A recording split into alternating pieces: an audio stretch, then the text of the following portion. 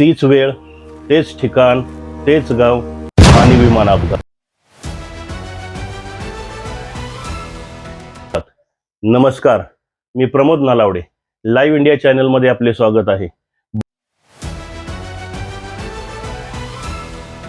बारामती विमान अपघाताची बातमी आपण सविस्तरपणे पाहणार आहोत. अजित पवार यांच्या विमान अपघाताची आठवण करून देणारी घटना पुन्हा बारामती विमानतळाजवळ घडली आहे.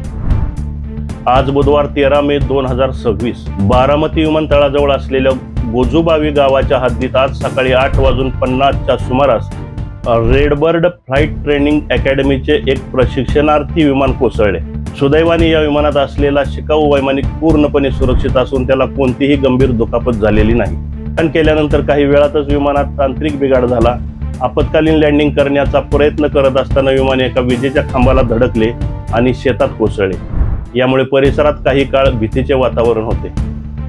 यावरून पुन्हा एकदा विमान सुरक्षिततेचा मुद्दा ऐरणीवर आलेला आहे. असेच नवनवीन माहितीपर व्हिडिओ आम्ही घेऊन येत असतो. व्हिडिओ जर तुम्हाला आवडत असतील तर लाईक, शेअर आणि सबस्क्राईब करा आणि बेल आयकॉनला दाबायला विसरू नका. धन्यवाद.